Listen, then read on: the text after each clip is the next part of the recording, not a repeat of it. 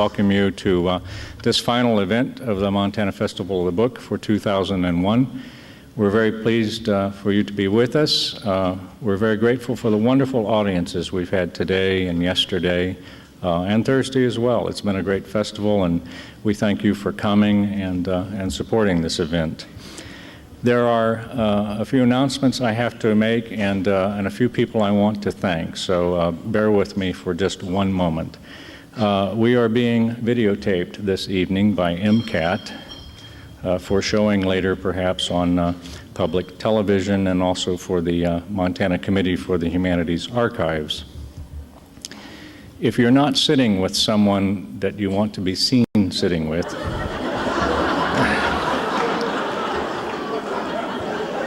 now would be a good time to move.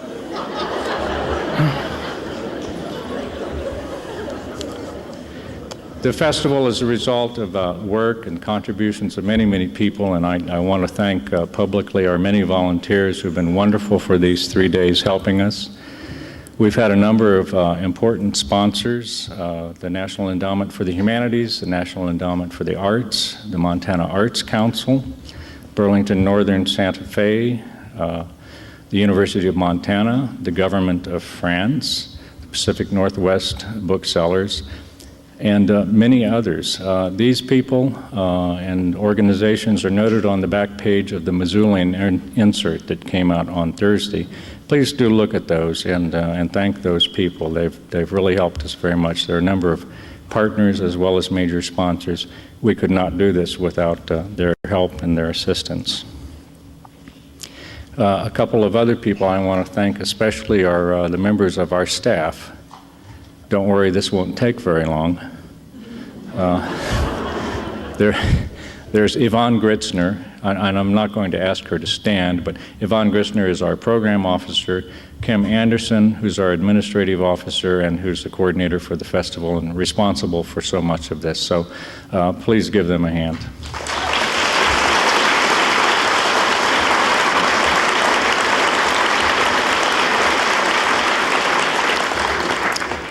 I have to mention also the long-suffering spouses, namely Jeff Gritzner, who is presumably somewhere in the audience, Neil McMahon, who is Kim's husband, and of course my wife Vicki, who is seated down there and who's probably suffered the longest of all, but I know she's very happy with this affair.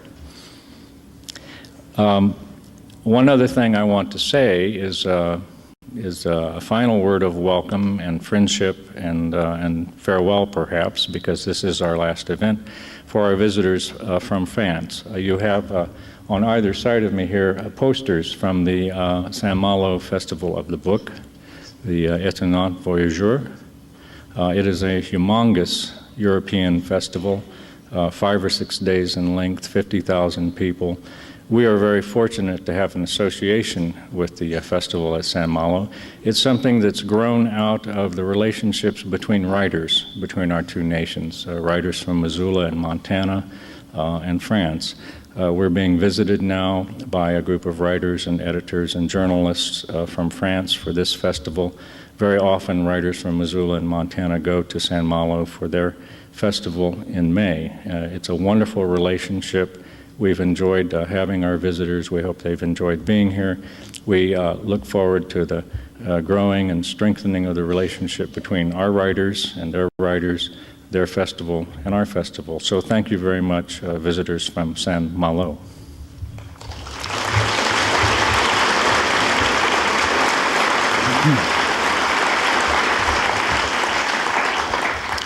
The routine for this evening will be very similar to last night. I'm going to introduce the two introducers, and then they will introduce our readers for the evening. The first of these is Arnie Fishbaugh, who will introduce Pete Fromm. Arnie is the director of the Montana Arts Council, who is very much our partner in this event. The humanities and the arts do lots of things together. As I said last night, literature is one of those areas where the humanities and arts overlap very significantly. I think we'll see this in some of our speakers or some of our readers this evening. We're delighted with that association. Arnie's been with the Arts Council for, I think, approaching a decade now, and under her leadership it has prospered and served Montana very well. The second person who will introduce James Lee Burke is Mike McAnally, who's editor of the Missoulian. Mike has been supportive of this project beyond probably what he expected when he started on it. But we've had support from the Missoulian, and we've had his good guidance now for 2 years. And I'm very appreciative of his personal support for the festival, for the literary arts in Montana, and so forth. Mike will be introducing James Lee Burke. So with that, I'm going to turn the agenda over to Arnie, and we'll proceed. Enjoy this evening. We're very happy to have you. Thank you.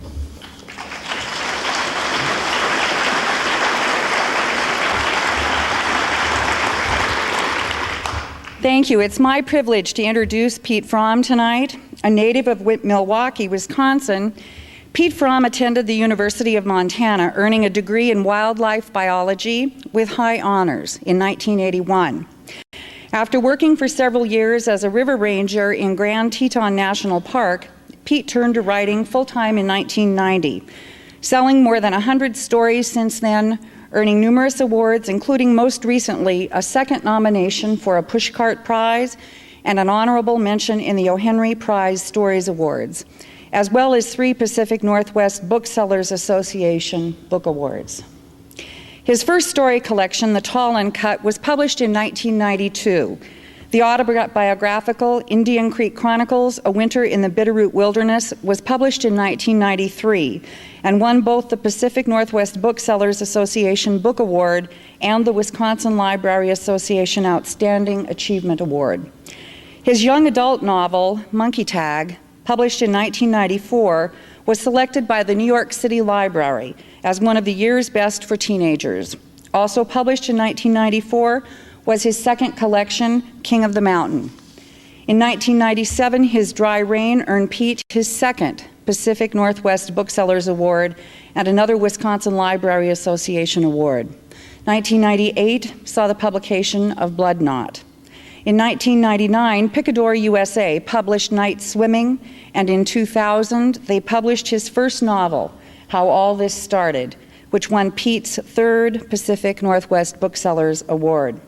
At that awards ceremony, it was noted that Pete has won the award for memoir, short stories, and the novel, every category but poetry.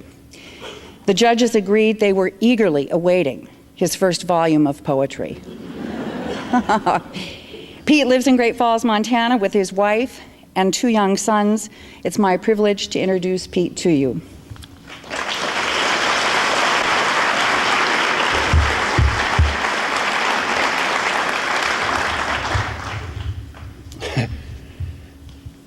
Wow. I don't know how many of you have ever been to a reading of mine. Well, yes, I know almost none of you have. So I would like to really thank Jim Burke and Annie Proulx for being here tonight.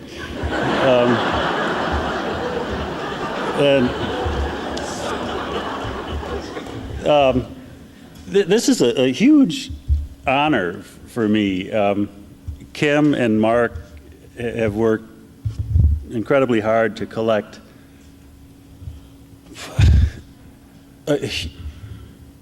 overwhelming talent to Missoula for this weekend. I feel like a lottery winner to be one of the 6, and just as deserving. Everybody gets a chance when they buy the ticket, but I think that with the people that have been collected here for this weekend, we could be having gala readings for a month. So I'm honored. Thank you.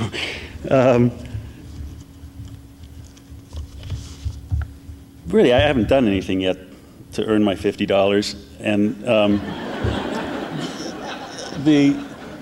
it's been great because I've been able to go to readings for the last 2 days, and I'm tired, and you guys have to be if you've been trying to pick up all you can here.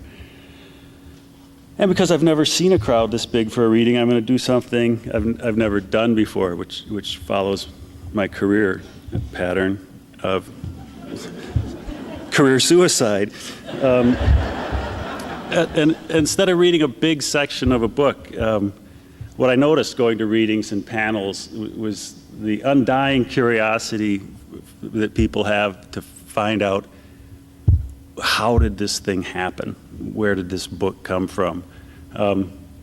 Even my editors want to know why a guy living in Great Falls decided to write a book about Texas, and they wished I hadn't.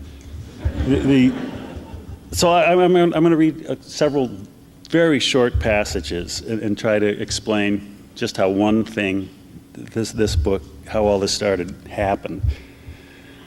So there's little things that you do or you see or you overhear that just stick. And the one thing that started this book was 15 years ago, I had a job. I was a river ranger in Big Bend Park in Texas, and it was the greatest job I ever had. I floated the Rio Grande every day, and in the 3 months that I floated the river, I never saw a park visitor.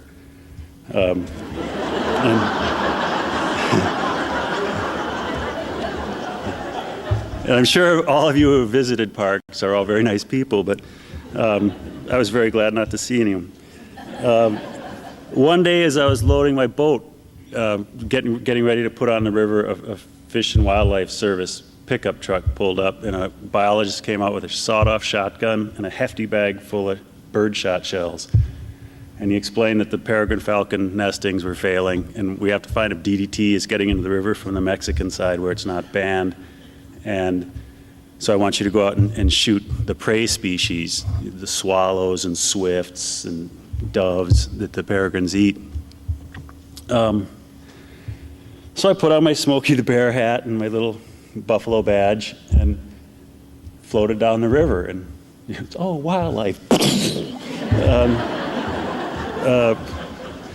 For some reason, that stuck with me for a long time. And when I finally decided I was going to write a short story, and my file of ideas was swallow killing. And the day I pulled that out, I started to write that story. And I figured I'd have two guys out hunting in Texas, and they were not successful. They had to decide they had to do something else. And so I wrote a sentence: without a word of warning, my sister Abilene jumped out of her crouch, shaking her gun at me.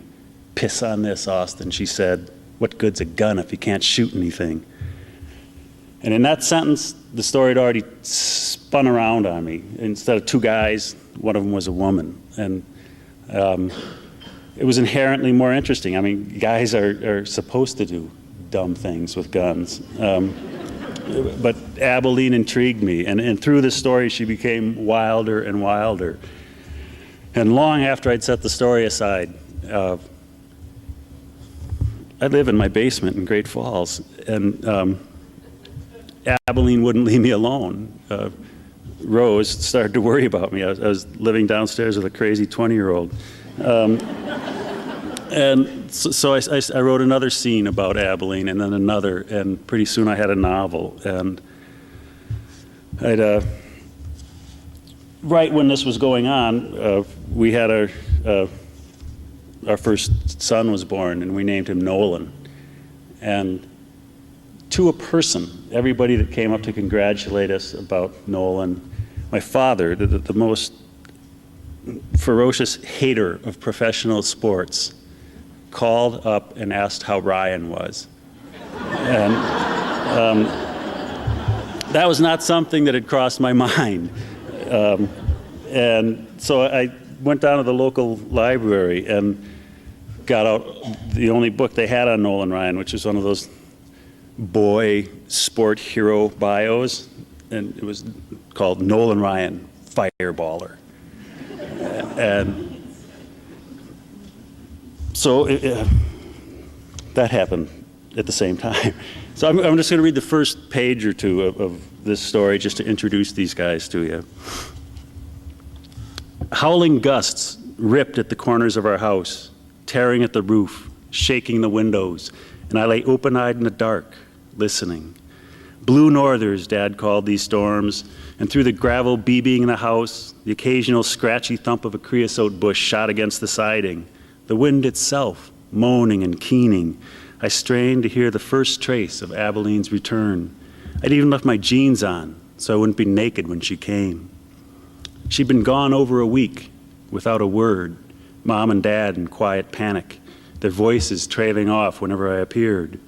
But Abilene and I had never once missed a norther.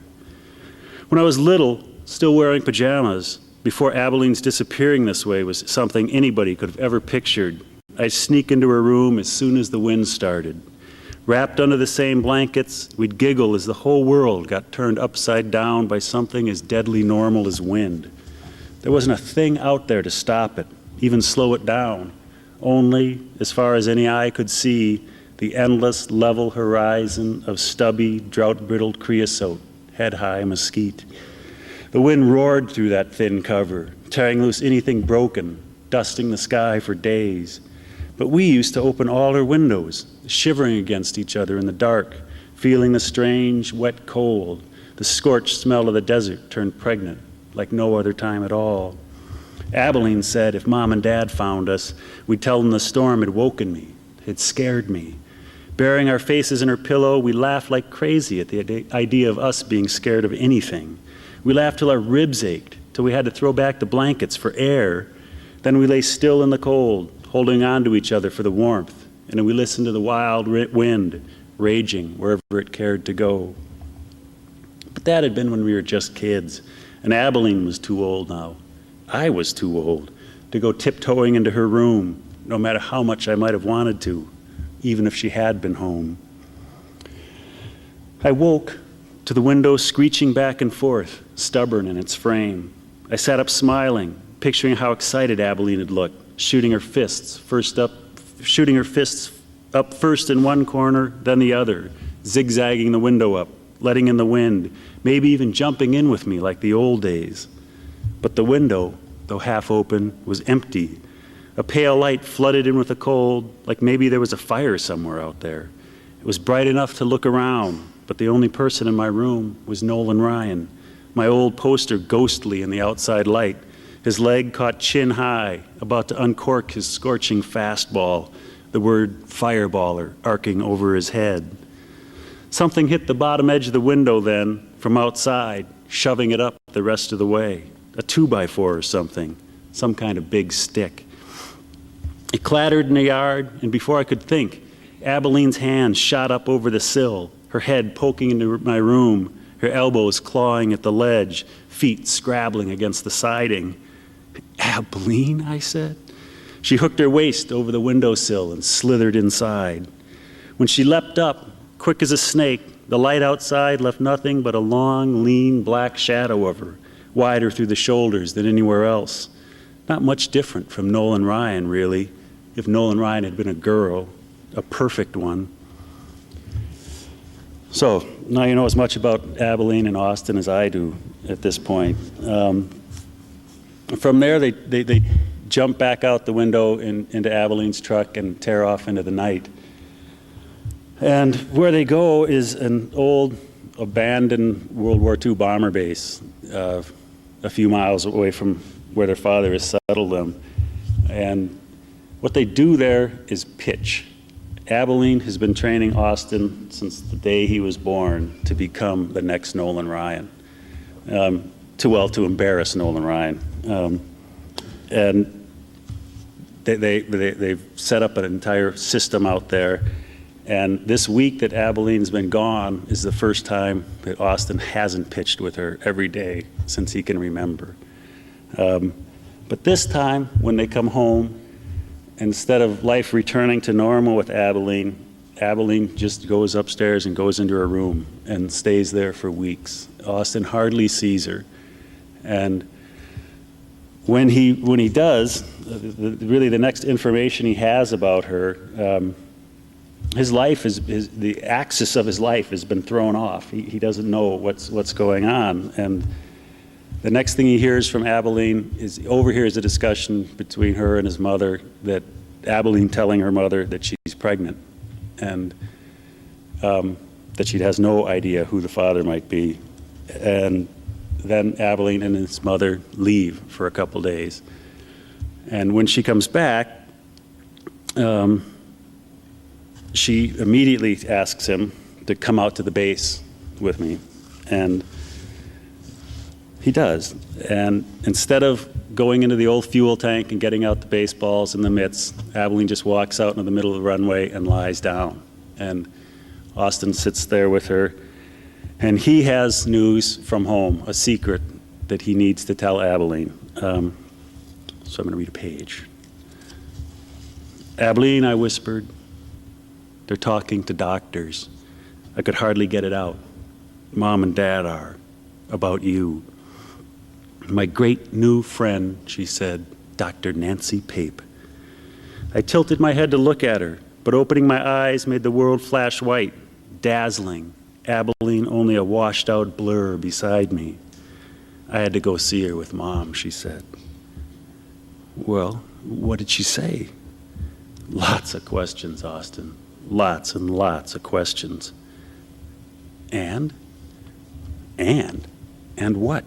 And what's wrong with me? I could see now, enough to know Abilene's eyes were still shut against the blinding sky. I said, there's nothing wrong with you. Abilene sucked in a long breath. Bipolar disorder, she said, like she'd come out here only to utter those two new words.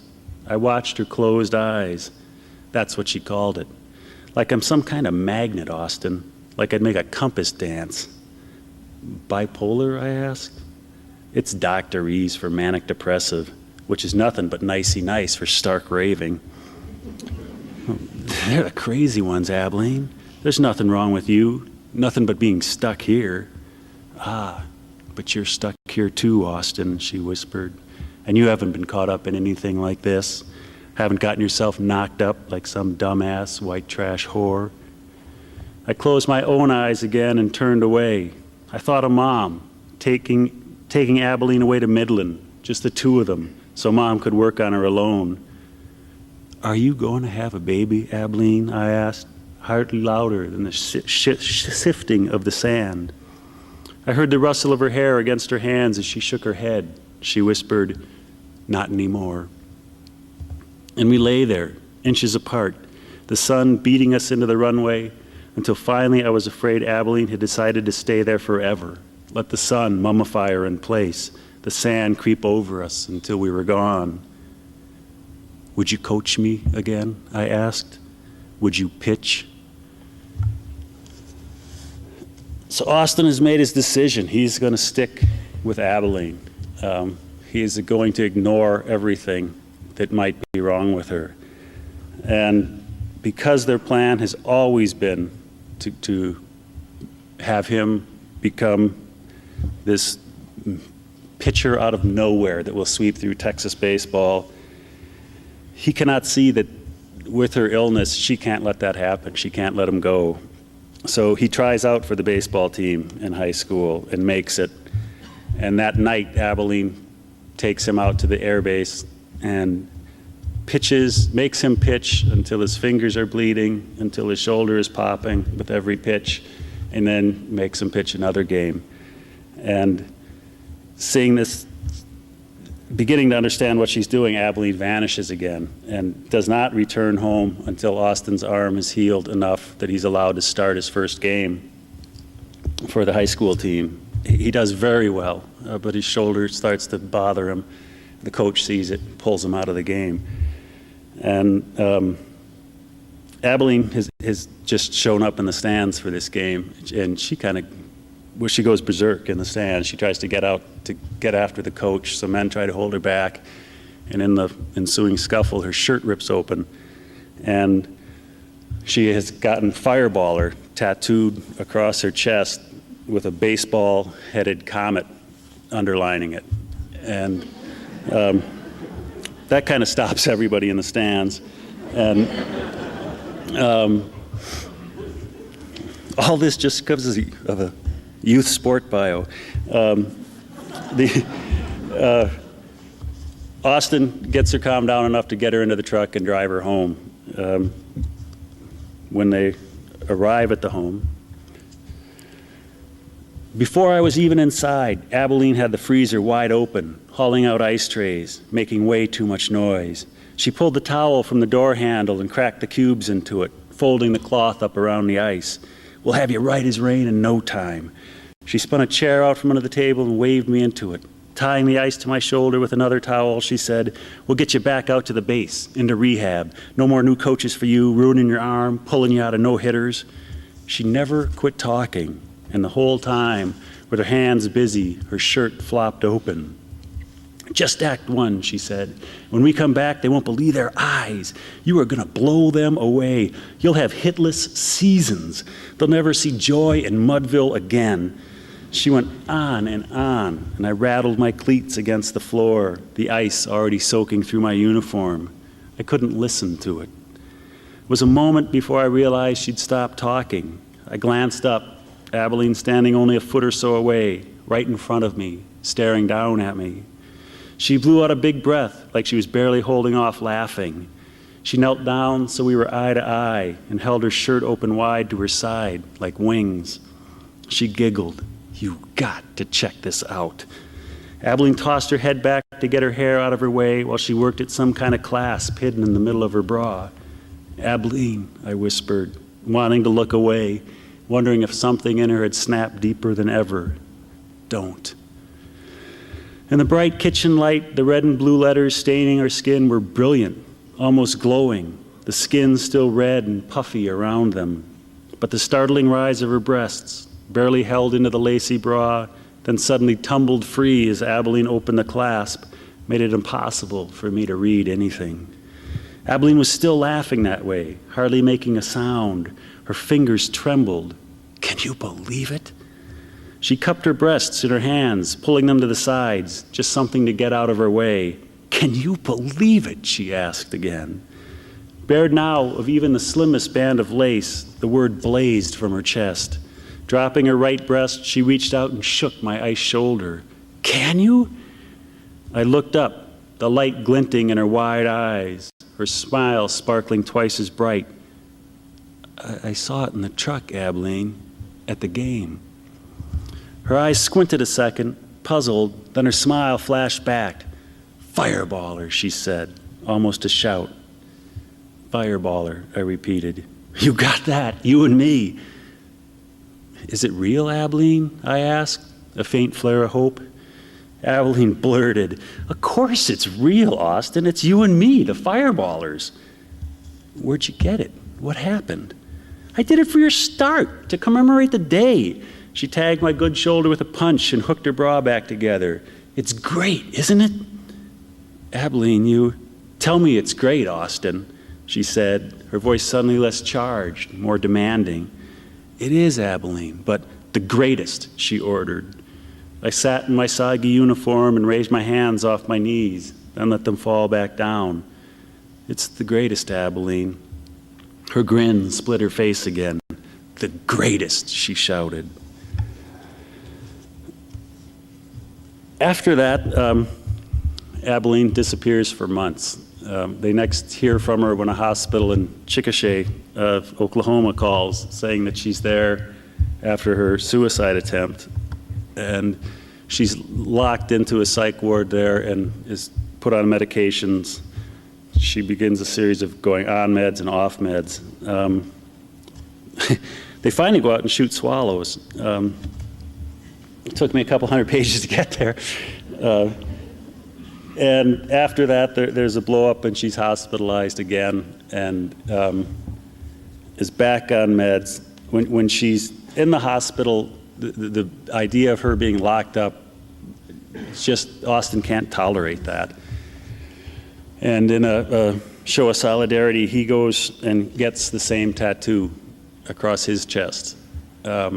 Even as it's burning in, he realizes that this might not be the best idea.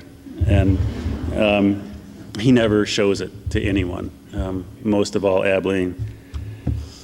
Another storm comes through, and the two of them, Abilene is a much quieter version of herself now, and Austin has been trying for a long time to get her to go out in the truck with him and cruise through the desert. And when a storm comes in, she agrees, and they go out into the rain, which has not occurred in this area of Texas in years. So they get out in the rain, are soaked wet, get back into the pickup, and Austin finally has to ask her, "Are you okay, Abilene?"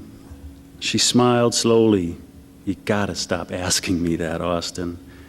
"Well, Abilene glanced out to what was left of the storm. "You know what they say, Austin, about how much of our brains we use? About 10%. The average person only ever makes use of 10% of their brain's abilities." The storm raced farther and farther away. "For a while there, I was using 90%, 100, 110. So am I all right? Am I okay?" She glanced at me. "I don't know, but I miss that, Austin. Stuck back at 10, I miss it so much." "Well, your 10's like anybody else's 90. She tried to smile, but her lip quivered and she looked away. "Are you still taking the pills, Abilene?" "That's what I meant." "My stillborn pills?" "Every day, Austin. I have to. Even 110 isn't worth what comes in on its heels." She looked like she might break down right there in her truck, her fortress. And before she could, I said, "Remember when I was a kid?" "You're still a kid, Austin. With any luck, you're still a kid." "Remember the time you caught me in my room, posing like my Nolan Ryan poster?" "Fireballer," she said slowly, like something she barely remembered. I fingered the bottom of my soaking wet t-shirt. "Remember how we used to call ourselves that? Fireballers? How that's who we were?" "Of course I remember, Austin. I haven't forgotten our whole lives." I kept staring at her, wondering if that was true. I tugged at the wet, clinging cloth of my t-shirt, lifting it till my fireballer was bare. "Me too, Abilene. I won't forget." She leaned forward like she couldn't see what she was staring at, but she only looked like she might cry. "Austin, what happened?" She sounded less like Abilene than anyone I'd ever heard. She sounded like Mom. "Nothing happened. I did it for us." She kept staring at my tattoo, the blazing legend, like I was the mutilated survivor of something too horrible for words. I saw the slow crumple of her face, heard her whisper, "Oh, Austin, you didn't have to do that." But I was barely listening.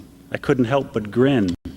I lifted my face to hers and said, "We're the fireballers, Abilene. Only us. Forever now." She nodded, biting her lip. Reaching out, she wrapped her arm around the back of my neck, tugging me toward her. I tipped forward, Abilene pressing my face into her chest.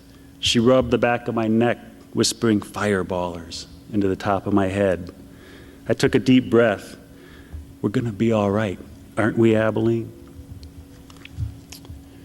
And then just to keep the tattoo motif going, I'm going to read one more page from very near the end. And Abilene has decided she has to leave Austin in order to save him. And she's gotten herself an apartment in Midland and is just about forbidden him any contact with herself. And Austin's going away to college, and he stops in to see her on his way. And they have a short, fairly comfortable meeting. And as he's leaving, Abilene says, "Wait, I suppose you ought to see this." "What?" I asked, but just the way she said it made me pretty sure I didn't want to see whatever she wanted me to. I thought about interrupting her, but Abilene took a step back, away from me. She was wearing a t-shirt, and she fiddled with the bottom edge. "Just a sec," she said, disappearing back down the hallway. When she came back, she was wearing a button-front shirt, the buttons undone. She held it closed in a fist. Then slowly, she pulled the shirt open just enough to let me see the tattoo, or what was left of it. The sides of her chest, beating just at the rise of her breasts, were patched with smooth, fire-red scars, like she'd taken a belt sander to herself. Between the destroyed skin, the remnant of her tattoo read, "Rebel." "I thought about leaving that," she said. but people would just think I'm too dumb to spell. I swallowed and cleared my throat, but couldn't get out any words. They have to do it in stages, she explained. You can't take too much at once. I don't think you had to do that, Abilene. You wouldn't know, she said, for once sounding like she was just saying what was true instead of daring me not to believe her. There are other things that means for me, Austin. It's not you I'm erasing. She pinched her shirt shut, working the buttons, and we stood there not looking at each other. There are things I want to forget, Austin, but believe me, you are not one of them. And I'm not pulling a dad on you either. I'm not going to lock up everything that came before now. I'm not making that mistake. There is no way my How All This Started story is going to be my lithium prescription. I brushed my fingers across my shirt, my tattoo. What am I going to do with mine now? She flashed a smile and slapped her hand against my chest. Live up to it, she said. Thanks.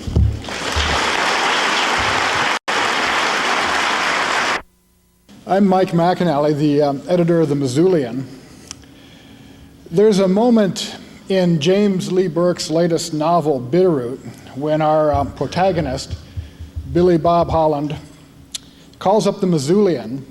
It's even named in the book, many thanks, and buys a classified ad. Now, apparently, if I follow the novel correctly, my newspaper runs the ad exactly correctly. Every word is properly spelled. There are none of those incomprehensible abbreviations. And this is how you know that Bitterroot is a work of fiction.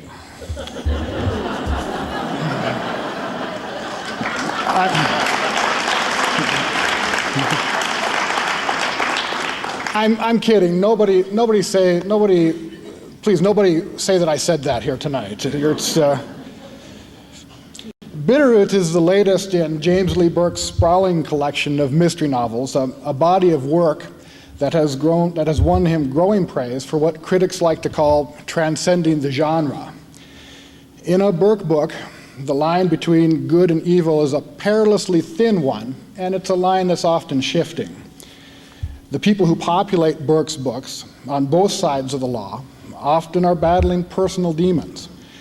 Many of his characters lose those battles. The best a Burke character can hope for during the struggle against those demons is a draw. Good or evil or straddling the line, these are characters who are richly drawn and complex. His continuing characters, like the Cajun detective Dave Robichaux and the Texas attorney Billy Bob Holland, grow and evolve from book to book. And a streak of autobiography runs through many of those characters. Burke published his first story when he was 19. In an interview, he once said, "I'm still the same writer I was at 19. An artist has a vision that is given to him by someone else, something outside himself, and that vision never changes." He kicked around at a variety of jobs. He even worked as a police reporter at a newspaper for a while, and that's a dead-end job. But he always knew that his life's calling was writing. He said this in an interview a few years ago: "I never wanted to do anything else as a career. I wanted to be a writer, so it's like being on board an airplane and realizing that you're the only pilot, so you had better learn to fly." Learning to fly was, as is the case with many beginning writers, difficult. He struggled through a period when publishers were not much interested in his work. He said this in another interview: "I couldn't get published at gunpoint. I couldn't sell ice water in hell. I couldn't give away blankets to Eskimos." At the suggestion of writer friend Rick DeMarinis, Burke retooled some of his themes into the framework of a crime novel. The result, The Neon Rain, attracted 3 offers from publishers. At the same time, his novel The Convict found a publisher, and another novel, The Lost Get Back Boogie, was published after being rejected by Burke's count 111 times. It won a Pulitzer Prize nomination. There have been other awards. He has won, for example, Edgar Awards, given out to the year's best crime novel, and he is a 2001 Montana Governor's Arts Award honoree. and the popularity of his work has consistently increased. You almost envy someone who's coming to a Burke novel for the first time. He or she will find sharply drawn, unforgettable characters like Robichaux, or Billy Bob Holland, or Cleet Purcell, or Bitterroot's Wyatt Dixon, the terrifying rodeo clown. And I have to say, I like the way those words sound together, terrifying rodeo clown. The first-time reader of Burke will also discover a restless sensibility that isn't afraid to deal with larger and tougher issues, such as the environmental issues that form a backdrop to Bitterroot. But most of all, our fortunate first-time reader will find a guy who can just flat out write. Listen to this from the 1989 book Black Cherry Blues. It's the moment when Louisiana native son Dave Robichaux, driving west on Interstate 90, pulls into Missoula, sees Missoula for the first time. I think it captures that feeling for those of us who have gone away for a time, even a week or longer, and pulls back into Missoula, driving west on Interstate 90. I followed the Clark Fork River through a cut in the mountains called Hellgate Canyon, and suddenly under a bowl of dark sky, the city spilled out in a shower of light all the way across the valley floor. Missoula was a sawmill and university town, filled with trees and flowers, old brick homes, wooded parks, intersecting rivers glazed with neon light, the tinge of processed wood pulp, rows of bars where bikers hung in the doorways and the rock music thundered out into the street. My palms were thick and ringing with the pressure of the steering wheel, my ears almost deaf from the long hours of road wind. When I climbed the motel stairs with Alifair asleep on my shoulder, I looked out over the night sheen of the river, at the circle of mountains around the town and the way the timber climbed to the crests, and I wondered if I had any chance at all of having a normal life again, of being an ordinary person who lived in an ordered town like this and who did not wake up each morning with his fears collectively on his chest like a grinning gargoyle. Ladies and gentlemen, it's my honor to introduce the writer of those words, James Lee Burke.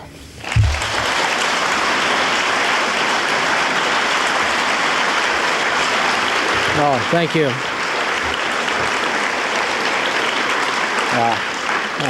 Thank you for your kind reception, and thank you, Mike, for your very generous introduction. Can you all hear me all right? Right here.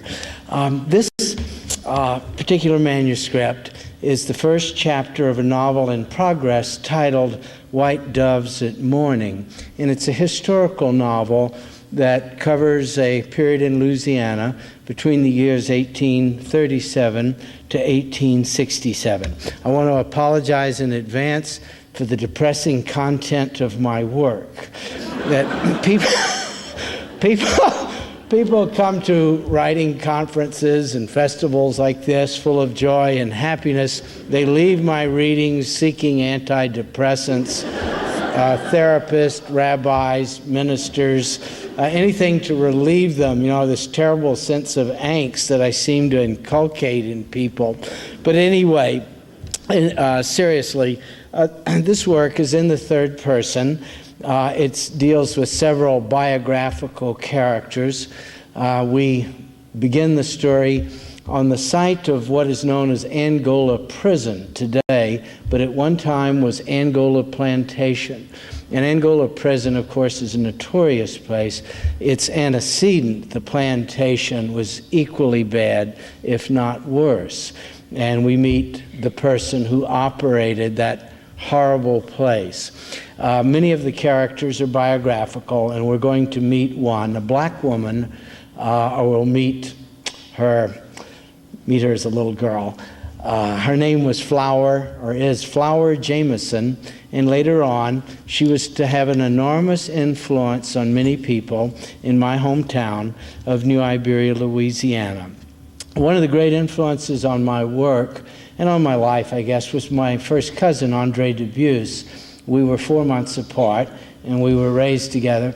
He's passed away now, but I believe he has left behind one of the greatest legacies in American fiction.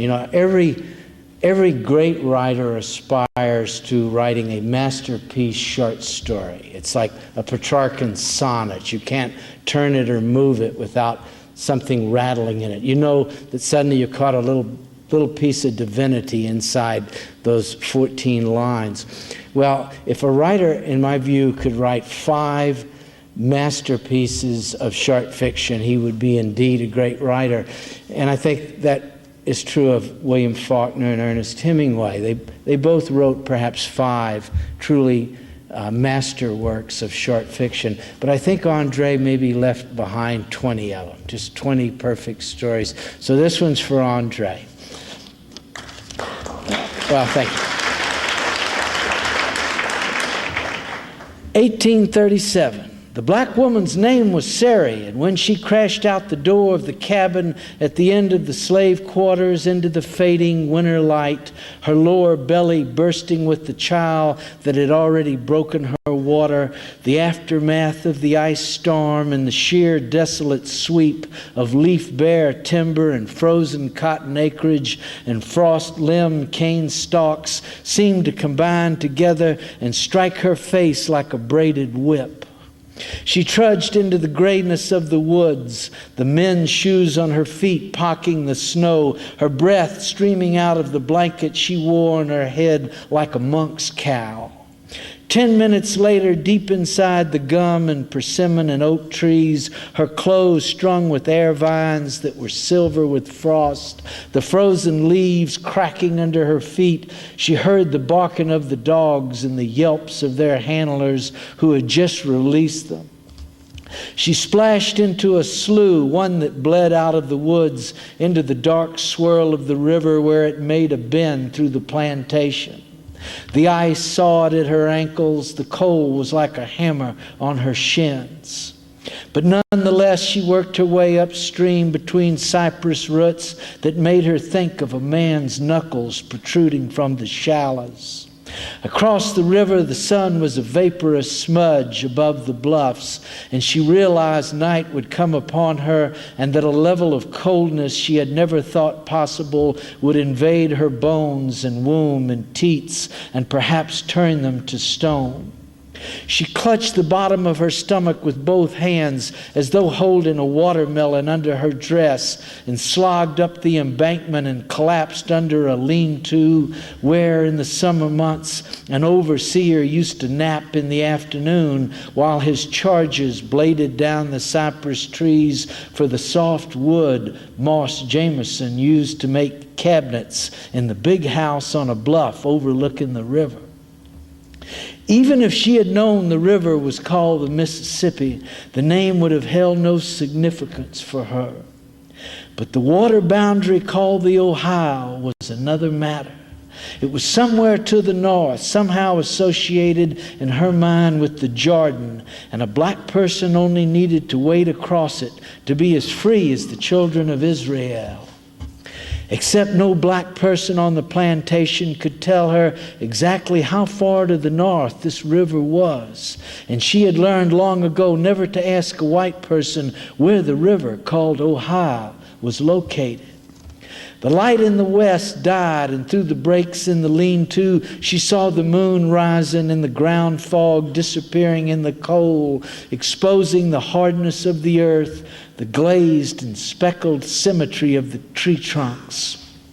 Then a pain like an axe blade seemed to split her in half, and she put a stick in her mouth to keep from crying out.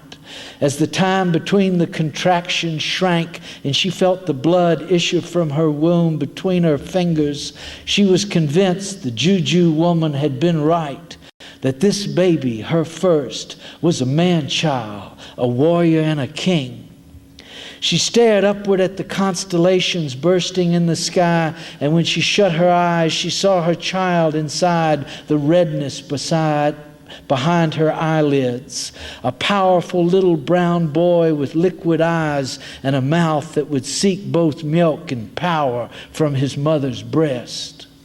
She caught the baby in her palms and sawed the cord in half with a stone and tied it in a knot, then pressed the closed eyes and tiny face and hungry mouth to her teat just before passing out.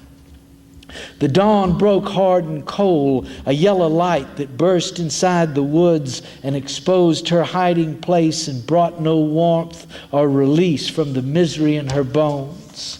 There was a dirty stench in the air, like smoke from a drowned campfire. She heard the dogs again, and when she rose to her feet, the pain inside her told her she would never outrun them. Learn from critters, her mother had always said.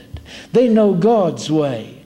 Don't never ask Master or his family or the men's he hired to tell you the truth. Whatever they teach us is wrong, girl. Never forget that lesson, her mother had said. The doe always leads the hunter away from the fawn, Sari thought. That's what God taught the doe, her mother had said. She wrapped the baby in the blanket that had been her only protection from the cold, then rose to her feet and covered the opening to the lean-to with the broken pine bough and walked slowly through the woods to the slough. She stepped into the water, felt it rush inside her boots and over her ankles, then worked her way downstream toward the river. In the distance, she heard axes knocking into wood and smelled smoke from a stump fire. And the fact that the work of the plantation went on rhythmically, not missing a beat, in spite of her child's birth and possible death, reminded her once again of her own insignificance and the words Master had used to her yesterday afternoon. You should have taken care of yourself, Sari, he had said, his pantaloons tucked inside his riding boots, his youthful face undisturbed and serene and without blemish, except for the tiny lump of tobacco in his jaw. I'll see to it the baby doesn't lack for raiment or provender, but I'll have to send you to the auction house. You're not an ordinary nigger, Sarah. You won't be anything but trouble. I'm sorry it worked out this way. When she came out of the water and labored toward the edge of the woods, she glanced behind her, and in the thin patina of snow frozen on the ground, she saw her own blood spore and knew it was almost her time. The last day in a lifetime of days that had been marked by neither hope nor despair, but only unanswered questions. Where was the green place they had all come from? What group of men had made them chattel to be treated as though they had no souls, whipped, worked from can't see to can't see, sometimes branded and hamstrung?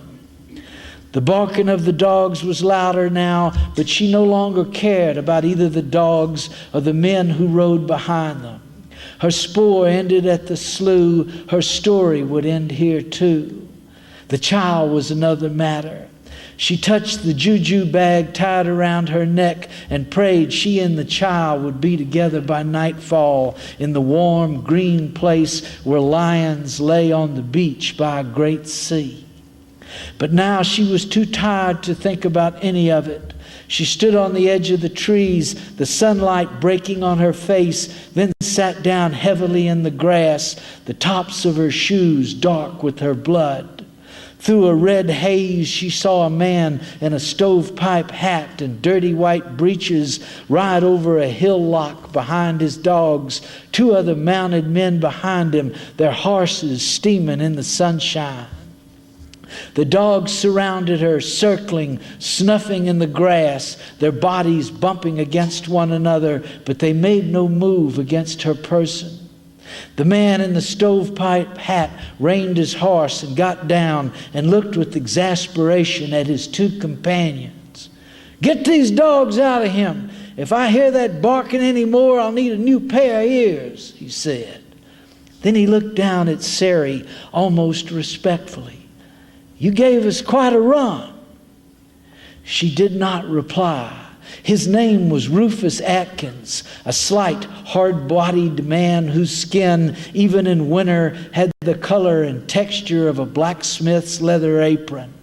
His hair was a blackish tan, long, combed straight back, and there were hollows in his cheeks that gave his face a certain fragility. But the cartridge around the jawbones was unnaturally dark, as though rubbed with blackened brick dust, knotted with the tension his manner hid from others.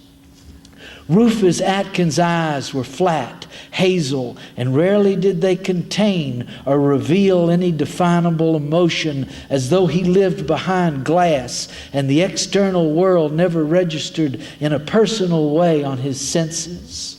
A second man dismounted, this one blond, his nose wind-burned, wearing a leather cap and canvas coat and red and white checkered scarf tied around his throat. On his hip, he carried a small flintlock pistol that had 3 hand-smoothed indentations notched in the wood grips.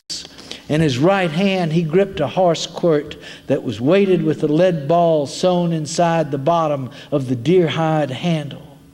"She done dropped it, huh?" he said. "That's keenly observant of you, Clay, seeing as how the woman's belly is flat as a busted pig's bladder," Rufus Atkins replied. "Moss Jameson says find both of them. He means find both of them, Rufus," the man named Clay said, looking back into the trees at the blood spots in the snow. Rufus Atkins squatted down and ignored his companion's observation, his eyes wandering over Sary's face. "They say you filed your teeth into points because there's an African king back there in your bloodline somewhere," he said to her. "Bet you gave birth to a man-child, didn't you, Sary?" "My child and me gonna be free. Ain't your business no more, Moss Rufus," she replied. "Might as well face it, Sary. That baby is not going to grow up around here, not with Moss Jameson's face on it. He'll ship it off somewhere he doesn't have to study on the trouble that big dick of his gets him into. Tell us where the baby is, and maybe you and it will get sold off together." When she didn't reply to his lie, he lifted her chin with his knuckle. "I've been good to you, Sary. Never made you lift your dress, never whipped you, always let you go to the corn breaks and the dances. Isn't it time for a little gratitude?" he said.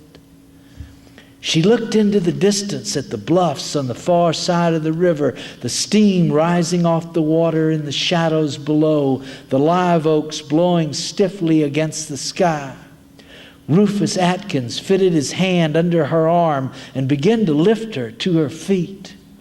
She seized his wrist and sunk her teeth into his hand, biting down with her incisors into sinew and vein and bone, seeing his head pitch back, hearing the squeal rise from his throat.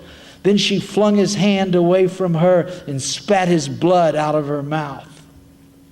He staggered to his feet, gripping the back of his wounded hand. "You Negro bitch," he said. He ripped the quirt from his friend's grasp and struck her across the face with it. Then, as though his anger was insatiable and fed upon itself, he inverted the quirt in his hand and whipped the leaded end down on her head and neck and shoulders again and again. He threw the quirt to the ground, squeezing his wounded hand again, and made a grinding sound with his teeth. "Damn, I think she went to the bone," he said. "Rufus," the blond man named Clay said. "What?" he answered irritably. "I think you just beat her brains out." "She deserved it." "No, I mean you beat her brains out. Look, she's probably spreading her legs for the devil now," the blond man said. Rufus Atkins stared down at Sary's slumped posture, the hanging jaw, the sightless eyes. "You just cost Moss Jameson $600. You flat put us in it, Ruf," Clay said. Rufus cupped his mouth and thought for a minute. He turned and looked at the third member of their party, a rodent-faced man in a buttoned green wool coat and slouch hat strung with the turkey feather. He had sores on his face that never healed, breath that stunk of decaying teeth, and no work history other than riding with the paddy rollers, a ubiquitous crew of drunkards and white trash who worked as police for plantation interest and terrorized Negroes on the roads at night.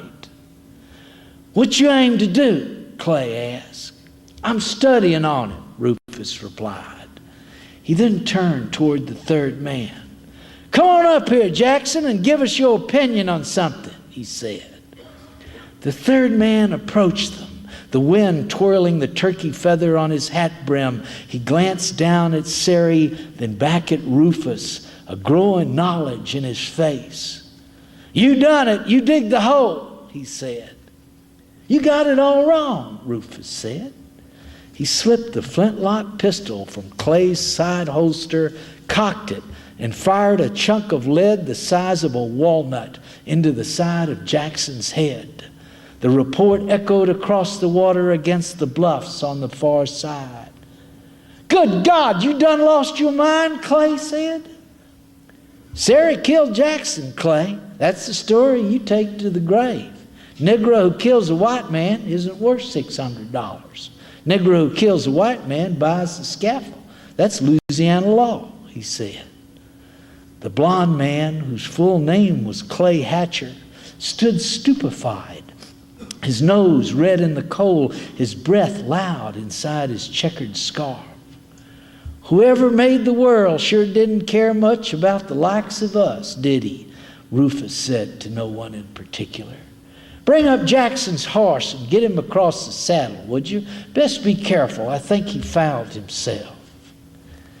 After she was told of her daughter's death and the baby that had been abandoned somewhere deep in the woods, Sari's mother left her job in the wash house without permission and went to the site where her daughter had died.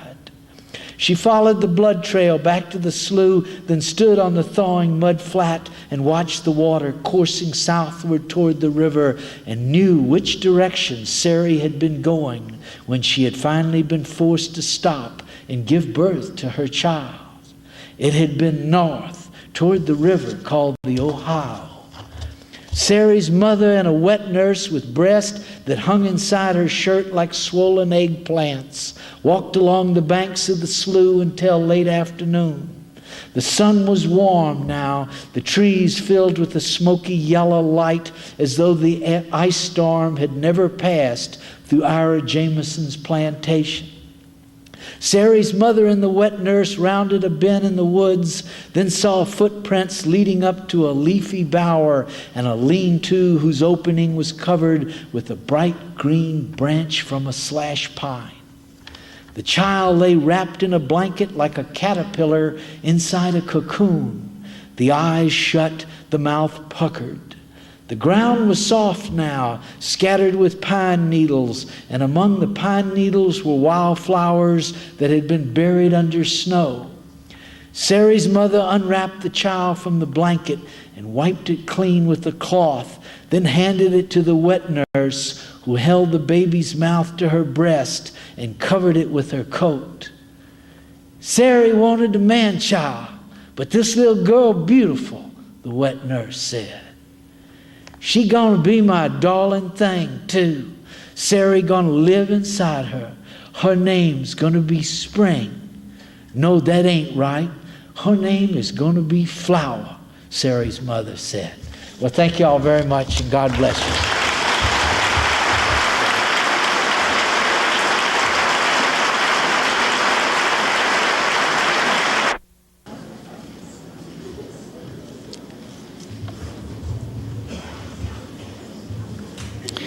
Annie Proulx is a native of Connecticut, educated at the University of Vermont, Concordia University, the University of Montreal.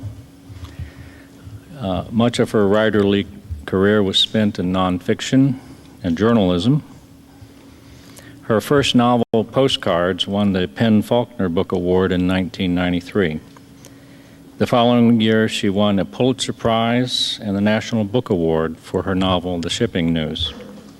She's also the author of According in Crimes and several short story collections, including, most recently, Close Range. We advertise our festival as including some of the most important voices of the American West. And if you haven't read Close Range, I urge you to go do that, because in Annie Proulx we found a great voice of the American West. It's a wonderful book.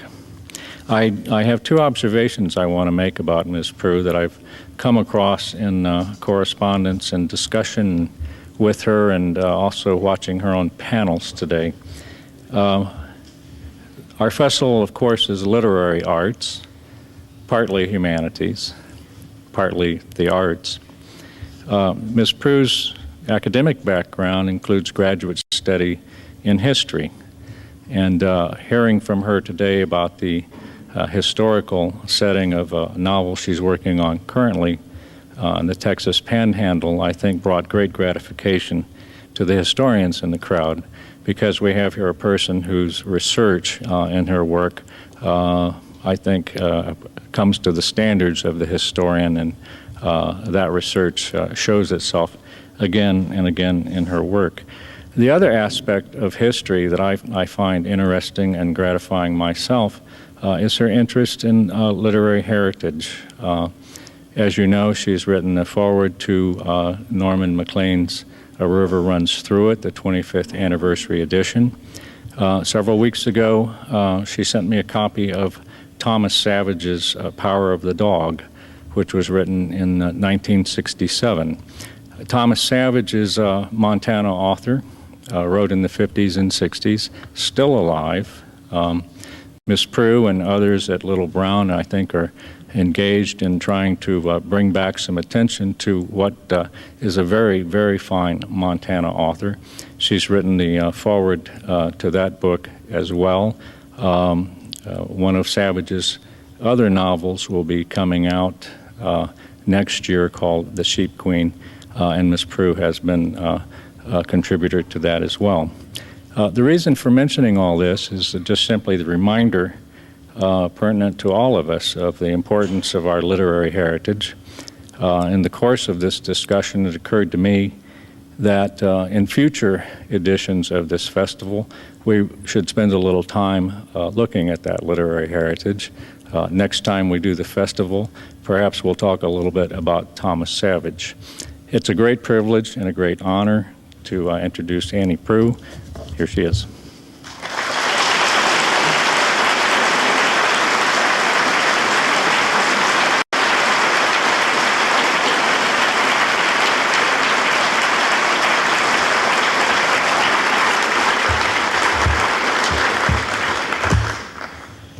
Pleasure for me to be here tonight.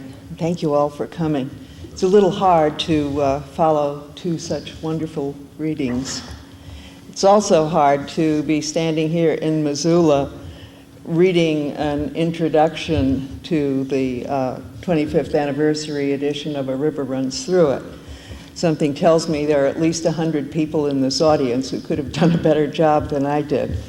And I was surprised when the University of Chicago asked me if I would do it, but I was also very honored.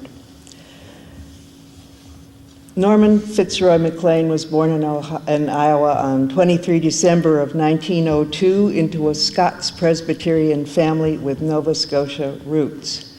His brother Paul, born 3 years later, was murdered in 1938, the cruel event around which the title story twists. The father, John Norman McLean, was a minister. When Norman was 7, the family moved to Missoula, Montana, a place that burned its brand into McLean hides, marking them for life. The father tutored the boys in religion, literature, and fly fishing. Paul became a master of the fly rod. When he was 15, Norman McLean started working for the U.S. Forest Service and saw the USFS as his calling in life until the summer of 1919, when he experienced the several epiphanies described in USFS 1919, The Ranger, The Cook, and A Hole in the Sky, and his life cut into a new channel. He spent nearly all of his working life at the University of Chicago teaching English literature and writing scholarly essays, his last 10 years as the William Rainey Harper Professor of English. In 1968, his wife of 37 years, Jessie, died. 5 years later, McLean retired and took on the most intimate of writing projects, the metamorphosis of his own and the McLean family's lives into literature. In 1976, when he was 73, A River Runs Through It was published to the excited astonishment of critics and readers. A few more short pieces and essays followed, then the powerful Young Men and Fire, an exemplar of journalistic investigation into the Man Gulch wildfire of 1949. In 1990, Norman Maclean died in body, but for hundreds of thousands of readers, he will live as long as fish swim and books are made. When A River Runs Through It was published in 1976, I was living in low-life conditions in northern Vermont, logging country on the Quebec border, far from a bookstore, without electricity or telephone, and no money. At the time, I was just beginning to write fishing and hunting stories for Gray's Sporting Journal. It was not until sometime in the 1980s, 100 miles downstate, but still living in a remote situation, a decrepit farmhouse at the foot of a steep hill, that I read Norman Maclean's little book. It was late summer. I had been out west, and on the way back at O'Hare, I picked up a copy of A River Runs Through It. The flight was 2/3 over when I started reading. When the plane landed in Burlington, I was with Maclean, casting into the tricky red osiers along the shore. But I had to put the book away as there was a long drive to the farmhouse. When I got there, it was late afternoon, the place washed with somnolent old gold light. I hurled my suitcase into the hall, got a glass of water, and went to the porch to finish reading the story. There are few books that have the power to put the reader in such a deep trance that the real world falls utterly away. A River Runs Through It has that power. And when I read the famous last line, "I am haunted by waters," I sighed and looked up. It was deepening twilight. In the long grass at the end of the porch, perhaps 20 feet distant, stood an uncommonly large bobcat staring at me. It made no movement except for a slight twitching of its upward curved tail. Such was the power of the story that I was still in the, quote, Arctic half-light of the canyon, unquote, and the bobcat seemed on the bank of the river that runs through all things, and there it has stayed, forever joined in my mind to Maclean's story. Some years later, along with several other local writers, I was asked to read at a Dartmouth gathering to honor Maclean, who attended and taught at the school from 1920 to 1926. The others read their own work, but when my turn came, I could not, for my sentences seemed raw sticks beside the work of Maclean, who learned the high art of literary architecture through his lifetime of teaching. And so I read the section of the title story of A River Runs Through It that balances on both sides of the finest line, "What a beautiful world it was once." In this stretch, Maclean described the three parts of fishing water: the rapids, the deep bend, and the tail of the hole, which we comprehend not only as separate parts, but as an entirety. The sequence, repeated again and again, as anyone who fishes living water knows, makes a river. The parts of a river can also be seen as the stages of life, the flow of time. In the afterword of the 1983 edition, Maclean wrote that the artistic unity of the story is modeled on this fishing water. The section I chose to read that night was "The Curve of a Story." Almost no other author's work reads aloud as well as Maclean's, elegiac and haunting and taut.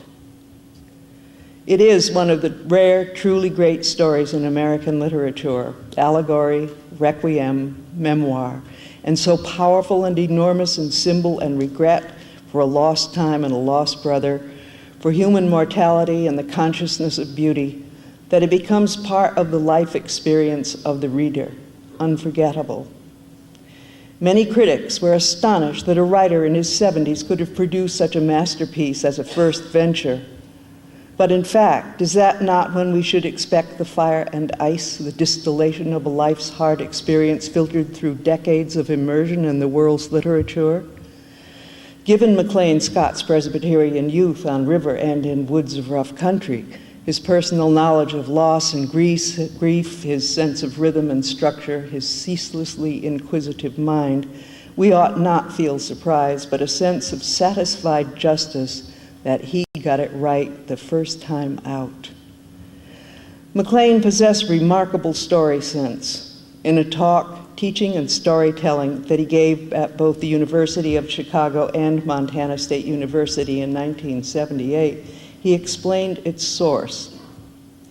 If I am a storyteller, I got my early training in a bunkhouse, and if you are familiar with the bunkhouse variety of the narrative art, you can see readily that my present stories still have these humble origins.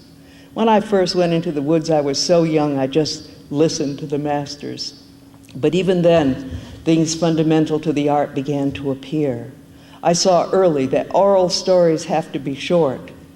Early, too, I learned that your friends won't listen to a story unless a lot happens in it. Another characteristic of the Western story is that practically always it has something to do with the truth. But it was only later that I realized how complicated the relations are. Although A River Runs Through It is a long story, a novella, McLean never considered writing it as a novel, a literary form he dismissed as mostly wind. There is a kind of surety in his authorial voice. He knew he was good, and undoubtedly it rankled that several dim-witted city editors and Eastern publishing houses declined to publish the manuscript. Examines people, work, and situations, turns them about, and looks at all angles, discusses possibilities and probabilities of character. On the page, this takes the form of aphoristic sentences followed by beautifully constructed explication. Readers have often declared that his stories are instructive manuals of woodmanship and work. He saw high art in various kinds of labor, celebrated the expertise of work now lost, told of masters of fly fishing, axe and saw work, mule and horse packing, firefighting, small-scale mining.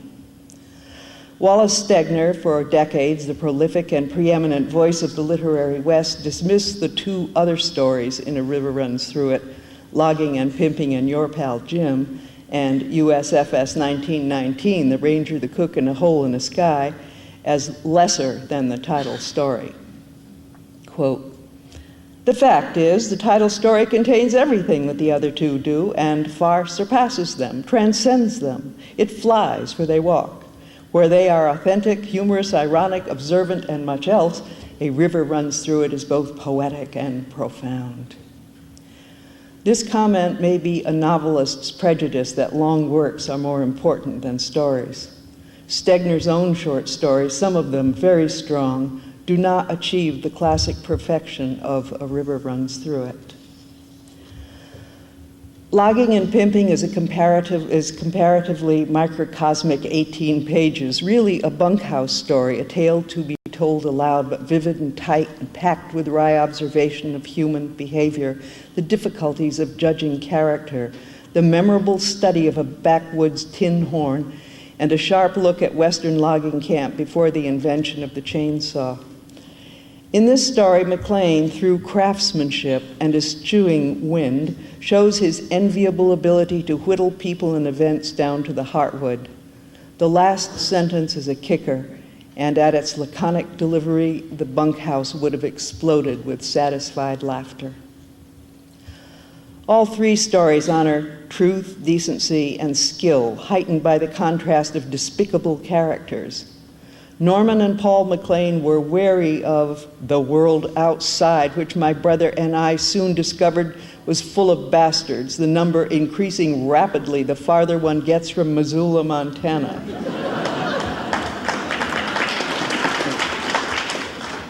In A River, the bastards are Neil, the tennis-playing brother-in-law, and old Rawhide, the local whore. In Logging and Pimping, it is Jim, the other man on the end of the two-man saw. In USFS 1919, the show-off tennis shoe-wearing card-sharp cook takes villain's honors. So skillful is McLean that the reader hardly notices it is the vinegar of these apposite characters that give the stories their savor and humor.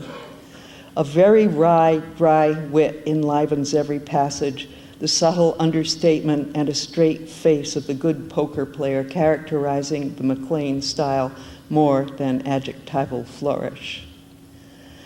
This last story, USFS 1919, is rich in incident and memorable detail. It is a brilliant thumbnail history of the character and early days of the United States Forest Service and the men who worked for it in the post-frontier West. It is also an important story for illuminating McLean's literary awakening.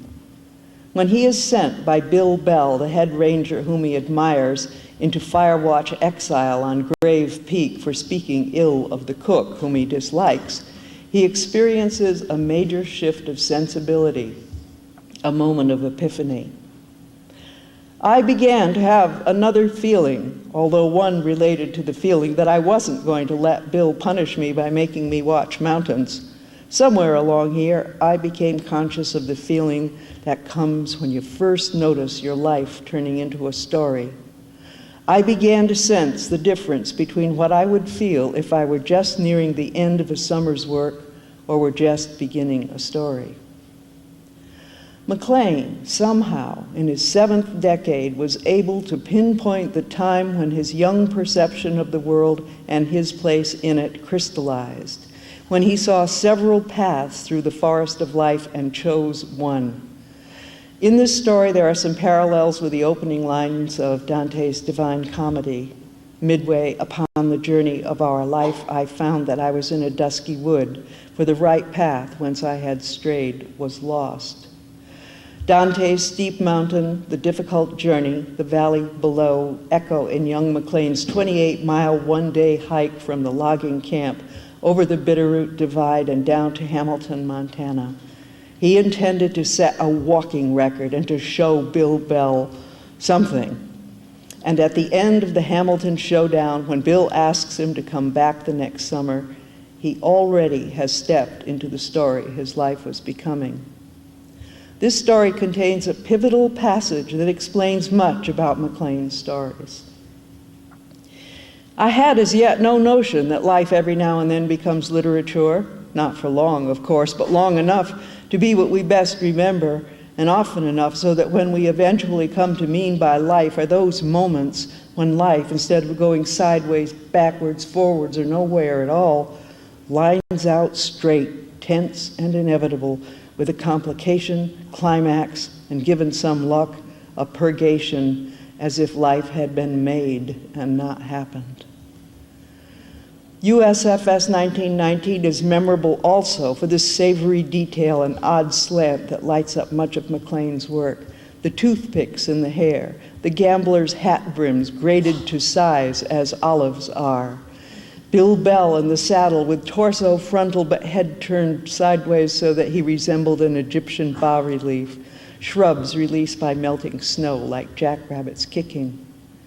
It is in this story, too, that we first learn of McLean's experience of and interest in wildfire, an interest that grew into the posthumously published Young Men and Fire, a tortuous examination and reconstruction of the 1949 Man Gulch blow-up. USFS 1919 is notable as well for its references to repetitive rhythmic action, first implied in the steady blows of axe on trunk and limb, in the monotony of repetitive days and bunkhouse nights, in the Herculean hike to Hamilton, head down, one foot before the other thousands of times until the rhythm of walking dominated muscle and bone. There is not a writer in the world who will not jump with the shock of recognition when McLean discerns iambic pentameter in the business of the whorehouse, a second epiphany when everything heard sorted itself into rhythms. The description of Paul's metronomic casting and A River Runs Through It again shows McLean's sensitivity to rhythm. Here McLean, in the whorehouse at 17, becomes conscious of the shape of language, the way it falls on the ear. In that place, ill, dazed, and swimming in and out of consciousness, he became the writer who bloomed 50-odd years later. Near the end of the story, McLean puts in a wonderful sentence. Everything that was to happen had happened, and everything that was to be seen had gone. There is something large and powerful here about the nature of event, memory, possibility, and pulling it all into a piece of writing. William Gass, that virtuoso of American fiction, in his great short story, The Pedersen Kid, has the character George in a tense moment observe, "The wind whooped and the house creaked like step stool. I was alone with all that could happen." This is the central pillar of the writer's craft, to pull from the myriad of possibilities of all that could happen, those that did and had to happen. MacLean could do it with his eyes closed.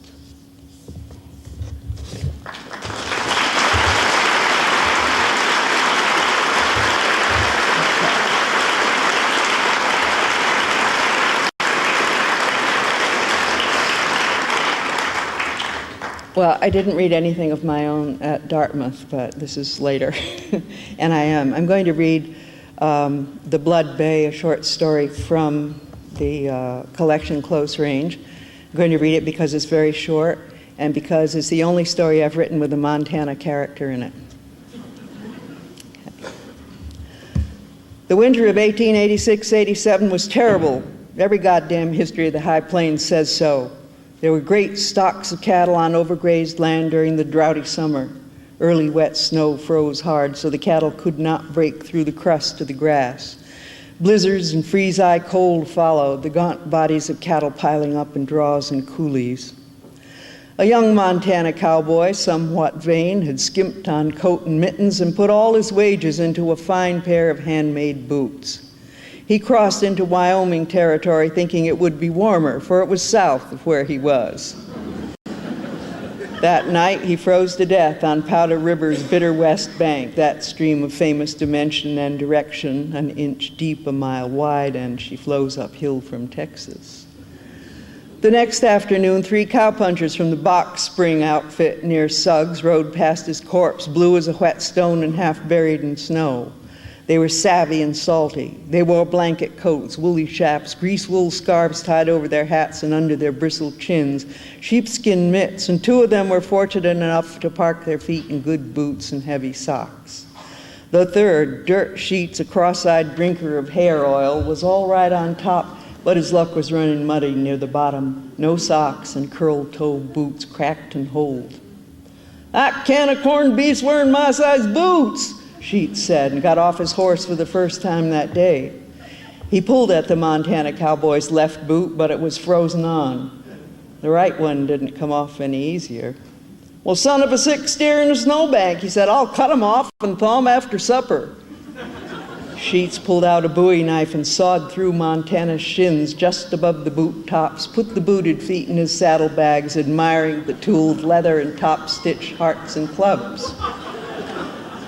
They rode on down the river looking for strays, found a dozen bogged in deep drifts, and lost most of the daylight getting them out. "Too late, try for the bunkhouse. Old man Grice's shack is summers up along. He's bound to have dried prunes or other dainties, at least a hot stove." The temperature was dropping, so cold that spit crackled in the air, and a man didn't dare to piss for fear he'd be rooted fast until spring. They agreed it must be 40 below and more, the wind scything up a nice Wyoming howler. They found the shack 4 miles north. Old man Grice opened the door a crack. "Well, come on in, puncher, rustler, I don't care. We'll put our horses up. Where's the barn?" "Barn? Never had one. There's a lean-to out there behind the wood pile, should keep 'em from blow away or maybe freezing. I got my 2 horses in here beside the dish cupboard. I'll pamper them babies something terrible.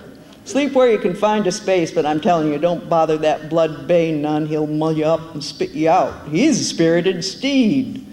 Pull up a chair and have some of this son of a bitch stew. And I got plenty of conversation juice to wash it down. Hot biscuits just coming out of the oven." It was a fine evening, eating, drinking, playing cards, swapping lies, the stove kicking out heat, old man Grice's spoiled horses sighing in comfort. The only disagreeable tone to the evening from the Waddy's point of view was the fact that their host cleaned them out, took them for $3.04. Around midnight, Grice blew out the lamp and got in his bunk, and the 3 punchers stretched out on the floor. Sheets set his trophies behind the stove, laid his head on his saddle, and went to sleep. He woke half an hour before daylight, recalled it was his mother's birthday, and if he wanted to telegraph a filial sentiment to her, he would have to ride faster than chain lightning with the link snap for the overland office closed at noon. He checked his grisly trophies, found them thawed, and pulled the boots and socks off the originals, drew them onto his own pedal extremities.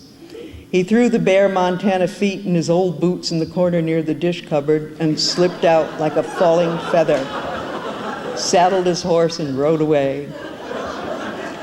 The wind was low and the fine cold air refreshed him. Old Man Grice was up with the sun, grinding coffee beans and frying bacon. He glanced down at his rolled-up guests and said, "Coffee's ready." The blood bay stamped and kicked at something that looked like a man's foot. Old Man Grice took a closer look. "There's a bad start to the day," he said. "It is a man's foot. And there's the other." He counted the sleeping guests. There were only 2 of them. "Wake up, survivors! For God's sake, wake up and get up!" The 2 punchers rolled out, stared wild-eyed at the old man who was fairly frothing, pointing at the feet on the floor behind the blood bay. "He's 8 sheets! Oh, I knew he was a hard horse, but to eat a man whole, oh, you savage bugger!" He screamed at the blood bay and drove him out into the scorching cold. "You'll never eat you, boy." The leftover box spring riders were up drinking coffee. They squinted at Old Man Grice, hitched at their gun belts. "Oh, boys, for God's sake! It was a terrible accident. I didn't know what a brute of an animal was that blood bay. Let's keep this to ourselves." Sheets was no prize, and I got 40 gold dollars, said so, and the 3 and 4 bits I took off of you last night. Eat your bacon and don't make no trouble. Enough trouble in the world without no more. No, they wouldn't make trouble, and they put the heavy money in their saddlebags, drank a last cup of hot coffee, saddled up, and rode out into the grinning morning.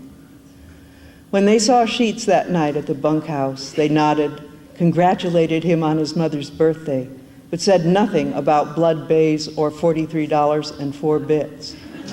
The arithmetic stood comfortable.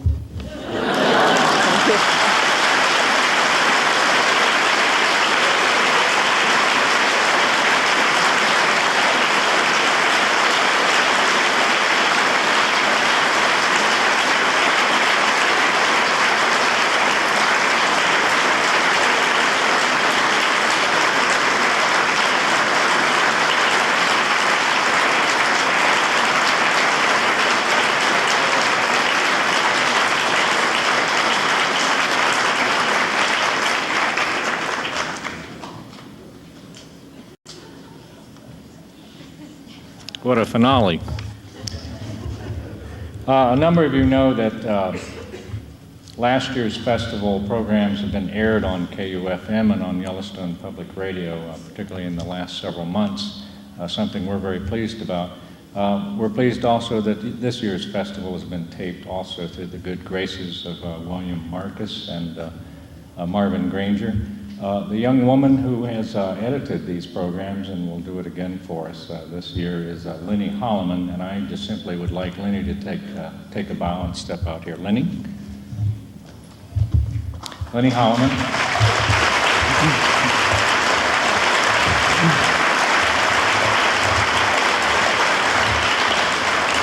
So that if you've enjoyed these programs, you can enjoy them again perhaps this winter as it comes.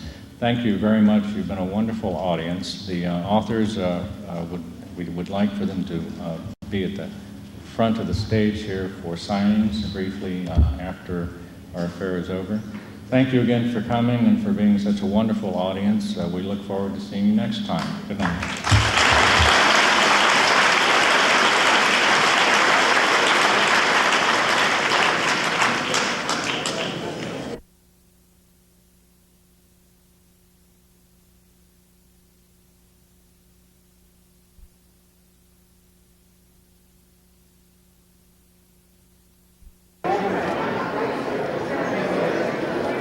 very much. Thank you. What a delightful reading. That's an excellent collection of stories. This? Yeah, I don't even think I've got a copy. Oh my God. Thank That you. was thoroughly enjoyable, thank you. Great. I was just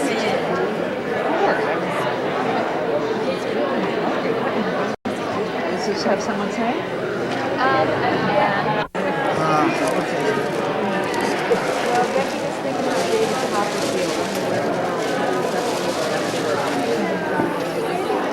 Classic, so, yeah.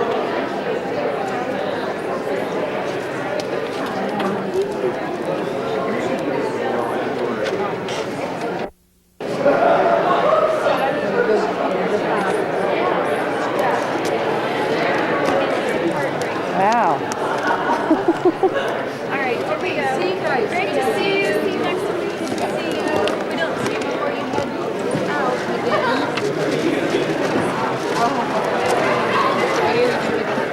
Now, this is interesting. He'll be back. You'll be back.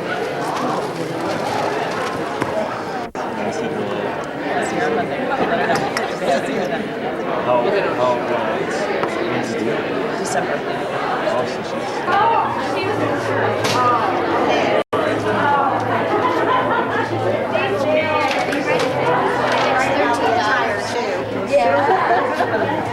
Excuse me.